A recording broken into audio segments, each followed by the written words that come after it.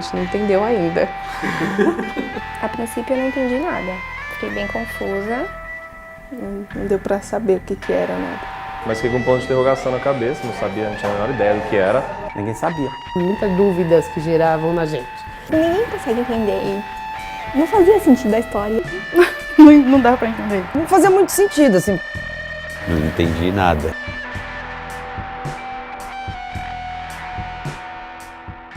O Valfrido, ele surgiu como uma narrativa contada através de 10 folhetos entregues por malas diretas nas residências. Folhetos que vão ser entregues na casa das pessoas.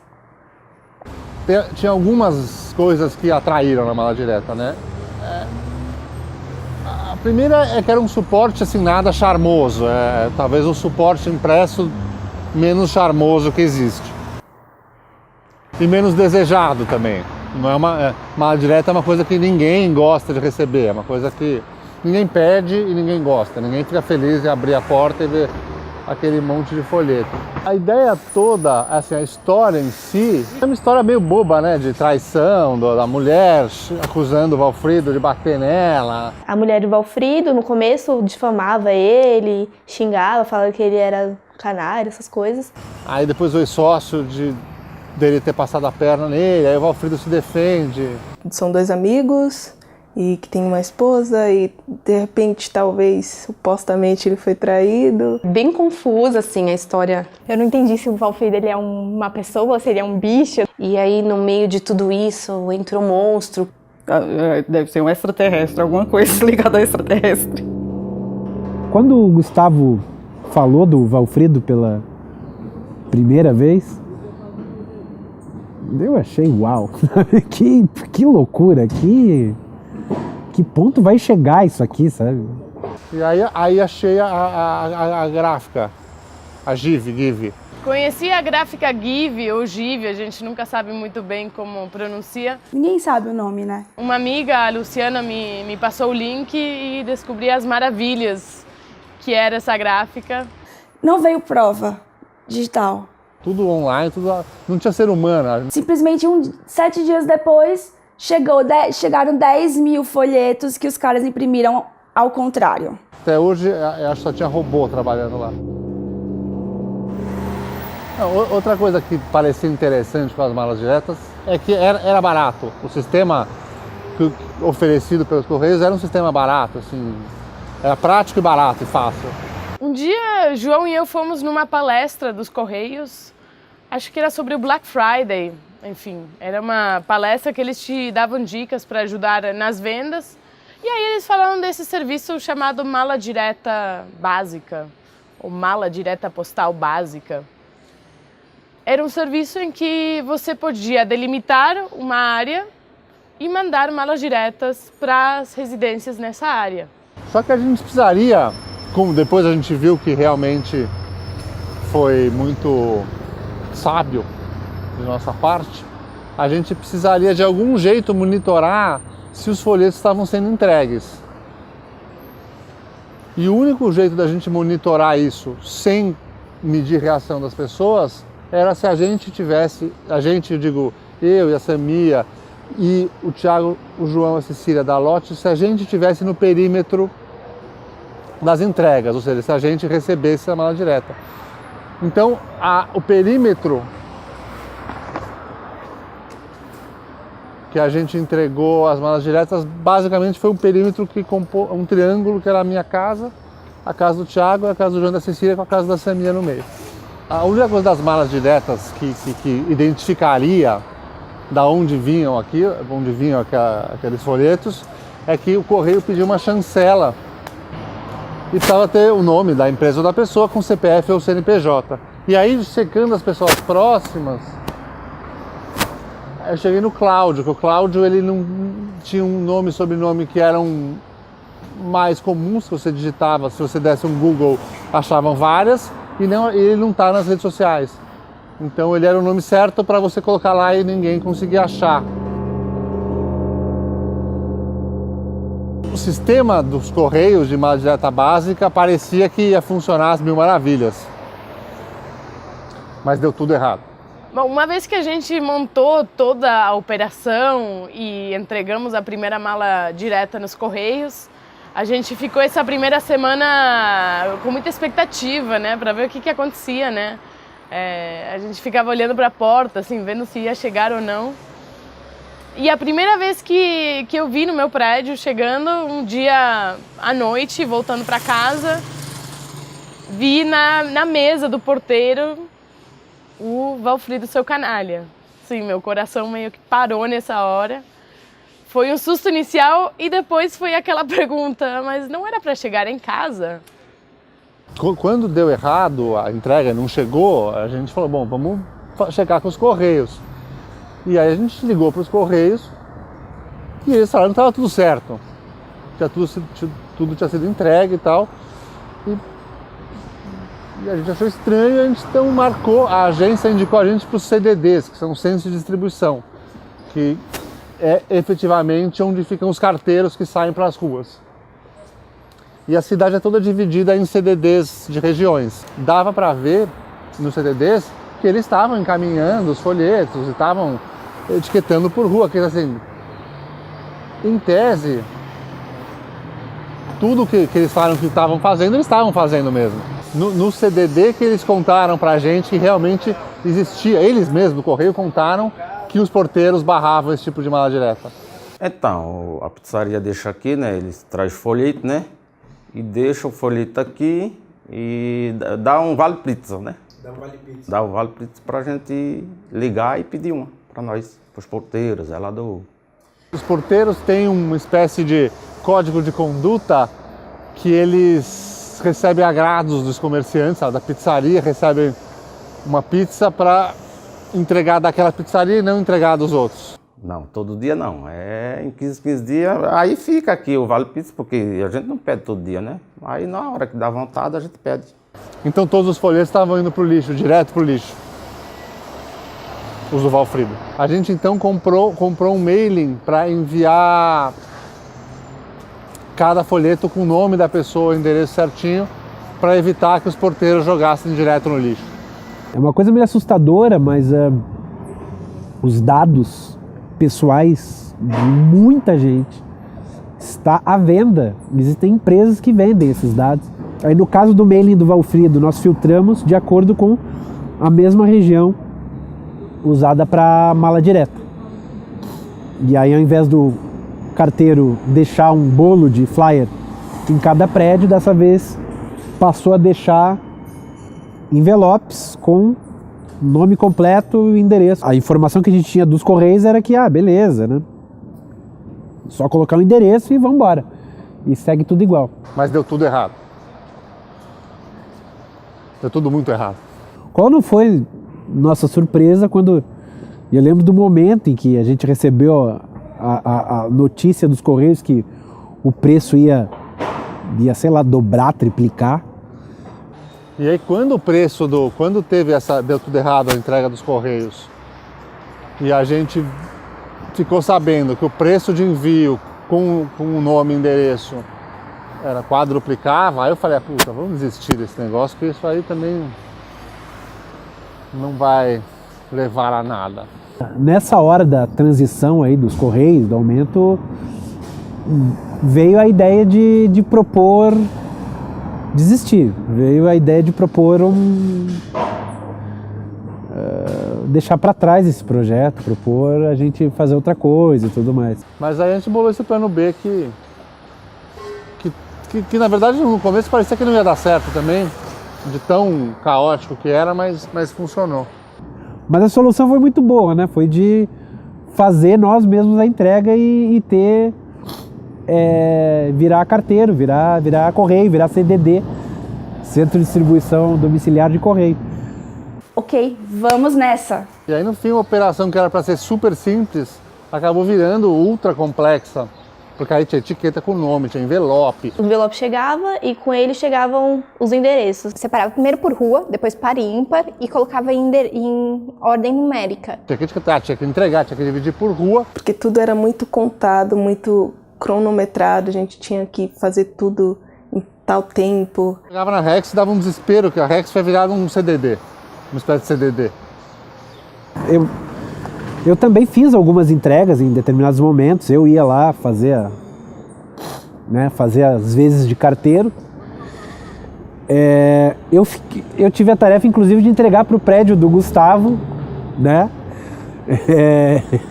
E o Gustavo não estava recebendo, então eu fui lá mesmo. Então eu sei que a entrega foi feita, eu tenho certeza. Não chegou até ele por outra questão lá. No meio dessa operação, era um domingo, eu acho, que a gente estava aqui na Conceição Discos ouvindo um show que tinha ali na calçada, bem de boa, assim, a gente estávamos com amigos, estava o João, eu, enfim.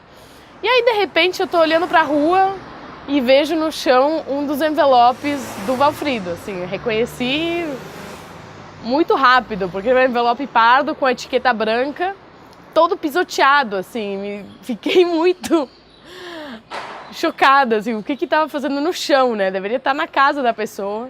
Fui na portaria e eu vi os envelopes vazios. Aí eu perguntei, esse envelope é de onde?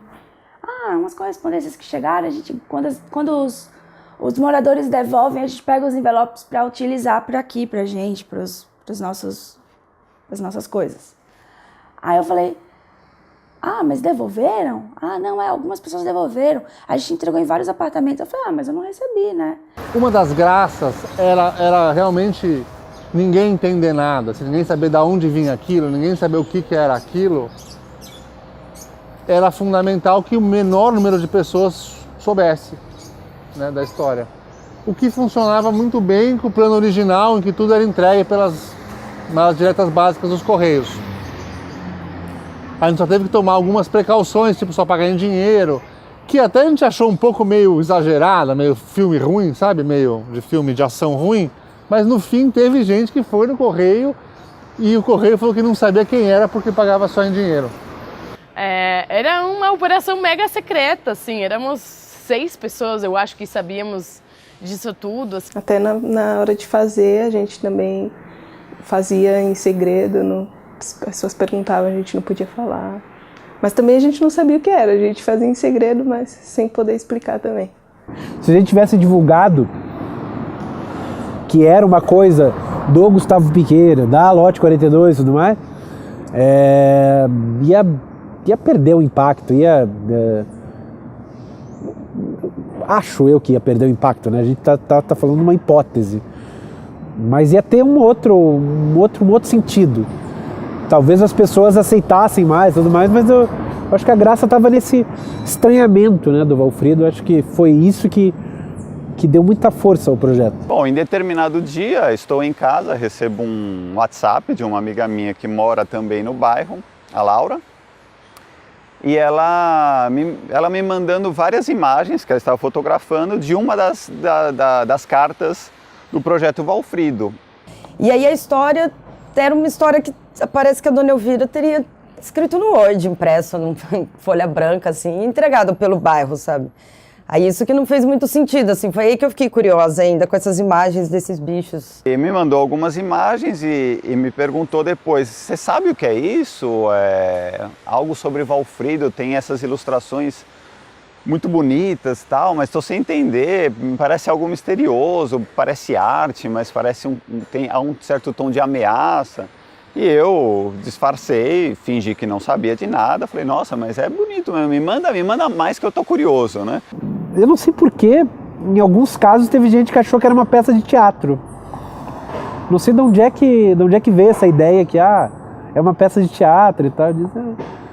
A primeira história, eu até suspeitei que fosse uma mala direta, assim, de algum produto, alguma empresa, assim. Tinha gente que ficava... Tinha alguns porteiros que diziam, tem morador que está muito bravo com isso aqui, não quer mais receber. Não sabe o que é, não pediu para receber e tudo mais. Mas aí algumas pessoas estavam assustadíssimas com a entrega do envelope, umas não queriam mais receber. E aí falavam, não me entrega mais, porque se entregar eu vou chamar a polícia. E aí não entregava, né? Mas das pessoas que efetivamente estavam ali lendo e tudo mais, a resposta era legal. Tinha um cabeleireiro que estava intrigado para saber o que o que estão vendendo nessa publicidade e tudo mais. Teve um lance da mulher que me ligou, né? Ligou, teve uma mulher que me ligou, ela conseguiu meu nome, pelo meu nome ela puxou e não sei como ela conseguiu o meu telefone e ligou para mim querendo saber o que era, tudo sobre isso. E eu falei, olha, eu só fui contratado para poder entregar esses panfletos e eu também não sei. Não, mas está no seu nome. Eu falei, eu acho que a senhora está enganada, porque não sou eu realmente essa pessoa que está aí nesse panfleto no nome, e a gente apenas está entregando só. Aí ela falou que ia tomar as medidas cabíveis, que ia na justiça, que ia em alguns lugares. Eu falei, não, tudo bem, se a senhora souber quem é, a senhora retorna para mim também e me avisa, porque eu estou preocupado, porque meu nome está em jogo sem eu saber de nada.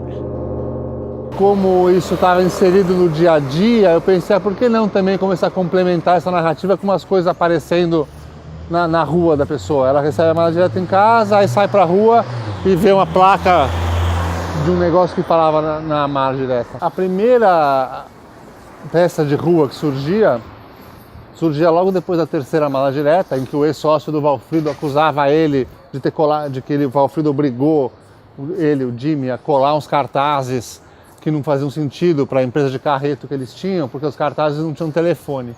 Eu acho muito legal aquele do carreto, eu não entendi, assim, pra mim não tinha muita cara de lambi-lambi, sabe, desses que você vê na rua, assim. Ele tinha alguma coisa de diferente, ele parecia uma propaganda de carreto, assim, que algum designer teria feito ou algo, mas não tinha telefone, não tinha nada, então ele era uma coisa, ele me chamava atenção, assim.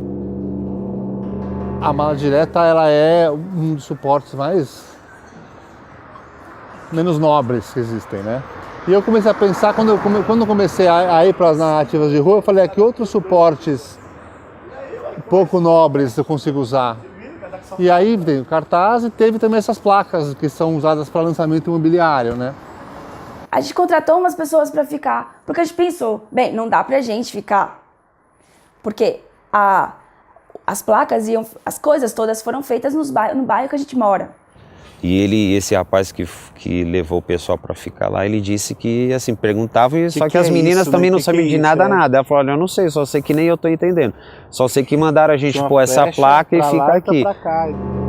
E aí teve uma terceira coisa que aconteceu na rua, que foi a que fez mais burburinho, talvez por ser a que tivesse um código visual mais fácil de ser decifrado, que era a coroa de flores pro seu Antônio. A coroa de flores, para mim, foi a melhor, pelo menos a intervenção mais curiosa, porque de fato eu passei por algumas pessoas que tinham parado naquela esquina e estavam tirando fotos com o celular, e eu parei também para tirar fotos disfarçadamente, como se não conhecesse nada da história, e puxei papo com algumas pessoas, do tipo, nossa, mas o que será que é isso daí, né? O que está acontecendo, né? Vocês sabem de alguma coisa? E as pessoas, obviamente, não sabiam e tinham teorias. Eu acho que mataram um cara, deve ser algo trágico. Uma criança começou a se assustar, ficar com medo, quase chorando. Então tinha um aspecto trágico e cômico na reação das pessoas nessa intervenção específica. A coroa de flor foi o que eles mais acharam. Aí acharam até que era coisa macabra mesmo. Esse Valfrido era meio macabro. Falava, E aí as pessoas falavam pra mim, mas onde está o morto, né? Não, você não entrega que a gente vai passar para retirar. Não, mas vocês que vão entregar pro velório? Não, pode deixar que a gente entregue. A última coisa que aconteceu na rua foram os seres, né, os bichos, que cada um chamava de um jeito, a gente chamava de bicho, de monstro, que vinham numa mala direta, a Luciele, mulher do Valfrido, falando que eles estavam perseguindo ela, que o Valfrido na verdade era daquele jeito, como se ela estivesse tendo uma alucinação, e que eles estavam na rua. E aí então a gente fez alguns grandes e colocou na rua. E foi a última. Essa que eu achei que as pessoas fossem parar e olhar, ninguém deu a mínima bola. Foi uma vez eu tava vindo pra cá de ônibus e eu passei e na Avenida Higienópolis, eu acho, um cruzamento, tinha um Valfrido lá. E eu falei, querido, você tá me seguindo, vamos parar com isso, né? Aqui.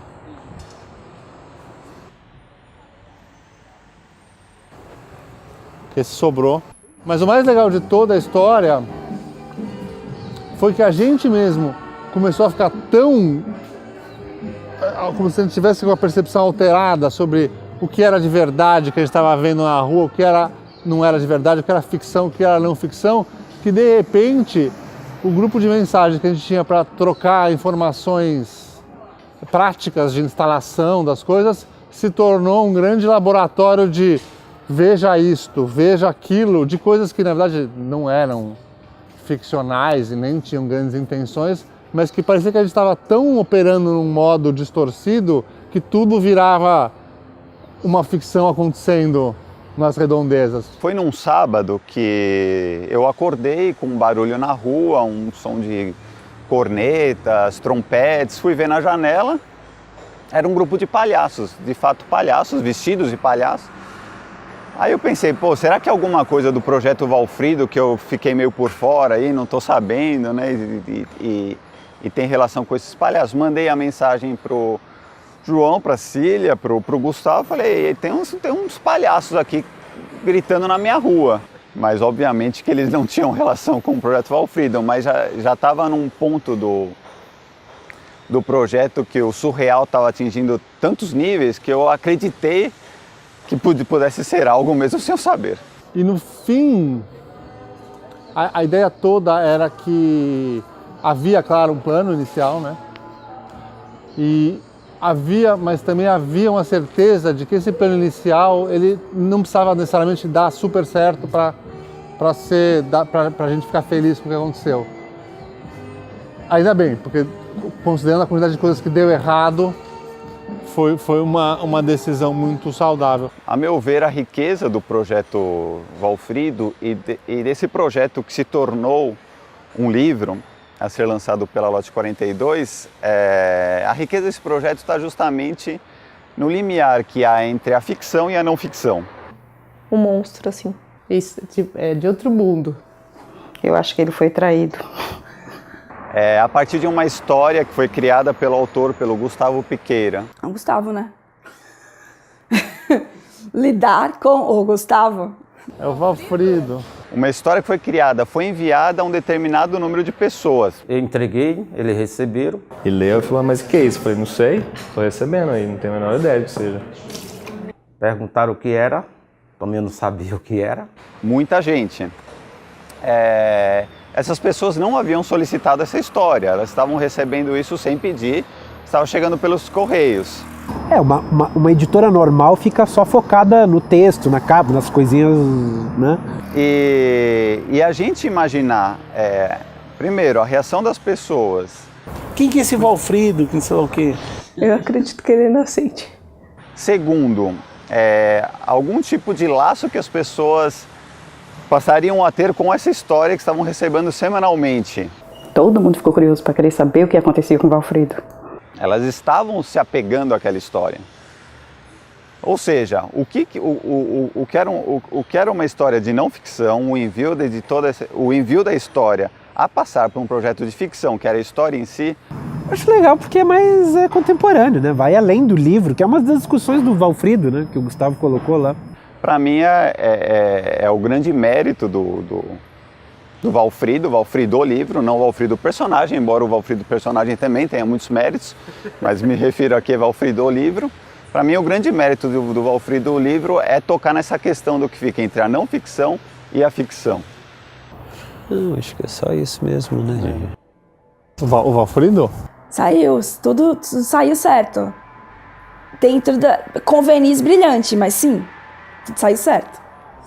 E fico nessa, esperando o que era, só. No suporte livro tem que se reinventar, né? O Valfrido ele é... Mas não era camarada, não. É uma grande trambicagem. Quando acaba uma etapa, começa outra. Não sei, tá chegando, tô entregando. Agora a gente tá só ansioso pra saber o que realmente são esses monstros aí que a gente tanto viu. Então assim, o Valfrido nunca acaba pra mim.